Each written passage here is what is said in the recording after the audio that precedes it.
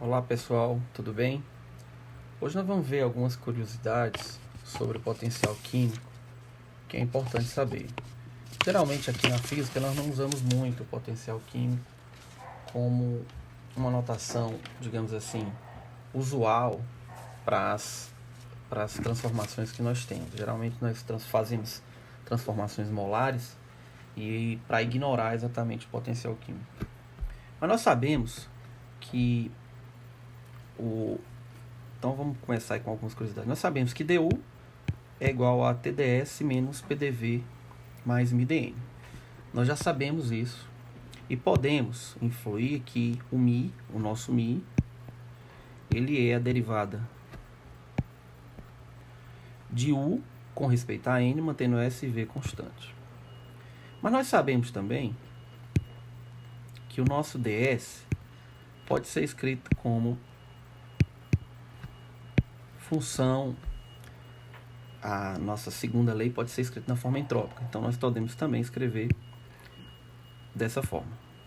Nesse caso, o nosso μ ele vai ser em função de T ds dn, não é isso? A menos de uma constante T da temperatura, tá certo? Esse é o grande detalhe que nós temos aqui. Então, o potencial químico ele pode ser escrito tanto na forma, qualquer uma das variáveis, né? Qualquer um desses parâmetros intensivos pode ser escrito tanto na forma entrópica, ou seja, na representação da energia, da entropia, ou na forma energética, na representação de... Esse potencial químico ele representa para nós a energia que deve ser retirada de um determinado sistema para que ele possa transferir uma determinada quantidade ou quando é inserido quantidades de massas distintas no sistema, certo? Isso implica o quê? Implica que o nosso potencial químico, né? O nosso potencial químico, ele vai ser o quê? Positivo ou negativo? Qual será o sinal do nosso potencial químico, né? Essa que é a pergunta aqui que a gente tem que trabalhar. O nosso potencial químico. Ora, vejamos.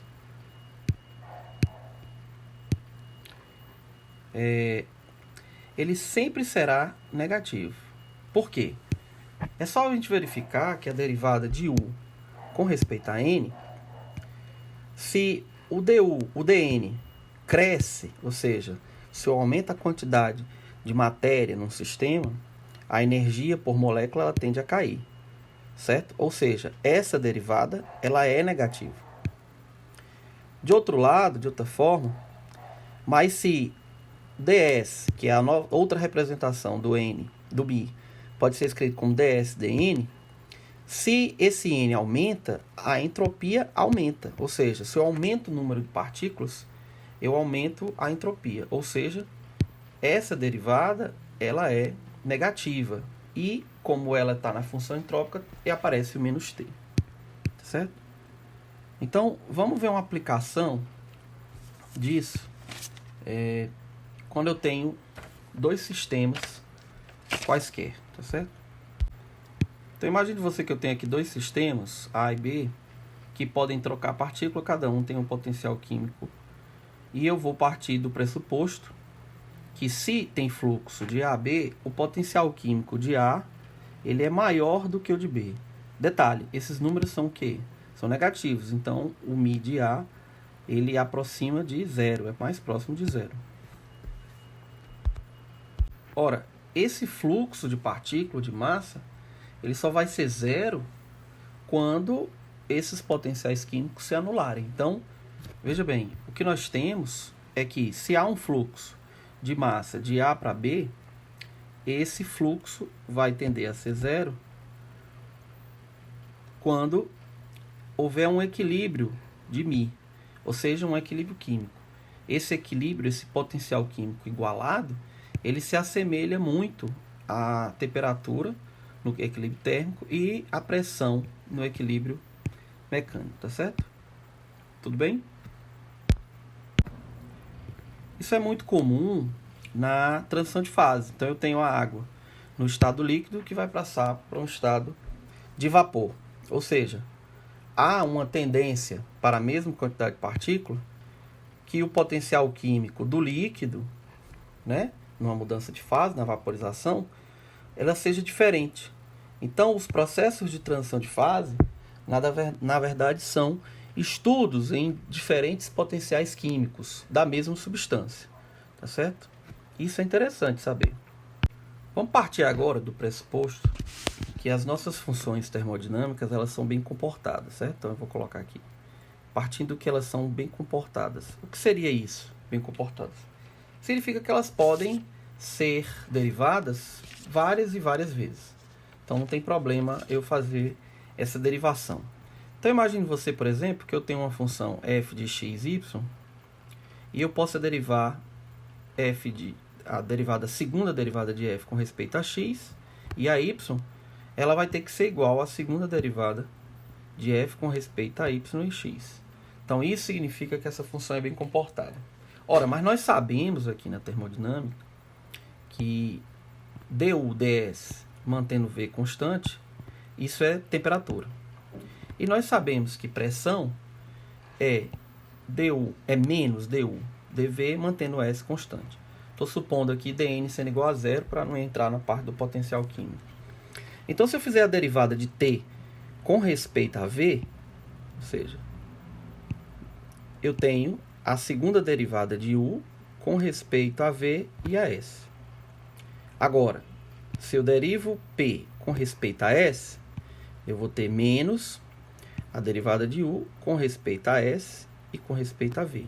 Observe que esses dois elementos aqui são iguais, né, a menos de um constante. Ou seja, eu tenho uma relação termodinâmica entre dois parâmetros intensivos agora.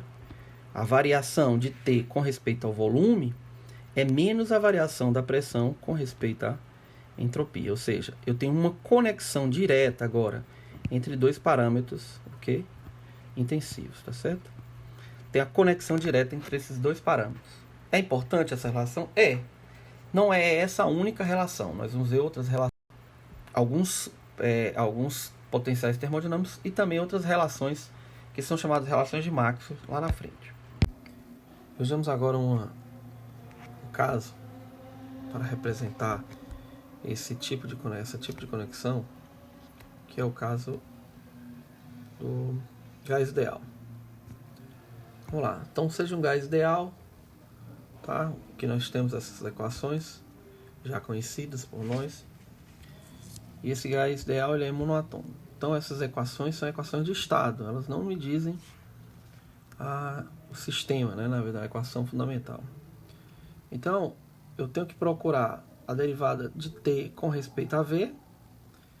E aí, eu vou, com a derivada de T em respeito a V, o S é fixo, ou seja, a entropia é fixa, eu posso então fazer que du igual a 3 meios de NK dt.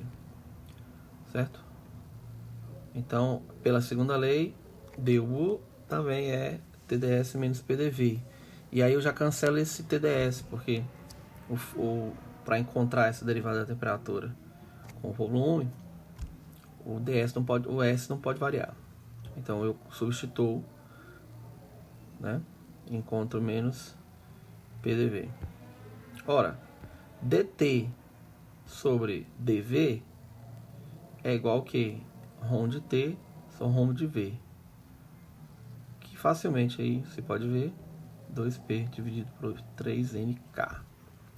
Então eu encontrei a variação da temperatura em função do volume de um gás ideal, certo?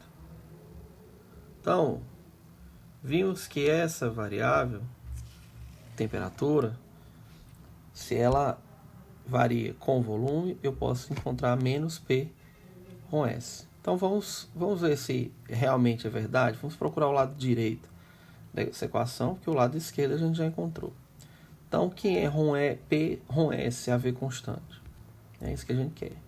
Observe que essas equações, o PV igual a NKT, ela me diz, ela é o equilíbrio do gás monoatômico, né, é energético, e o U mecânico. Então, veja bem, não faz muito sentido permanecer em função da temperatura. Então, o U é igual a NKT, mas só que NKT é P. Então, U igual a 3 meios de PV. Derivando de U com respeito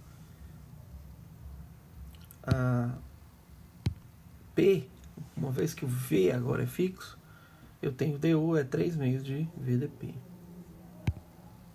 Mais DU igual a TDS menos PDV. Então, quem é que muda esse? Já que o V é constante, então o DV vai embora, vai zerar.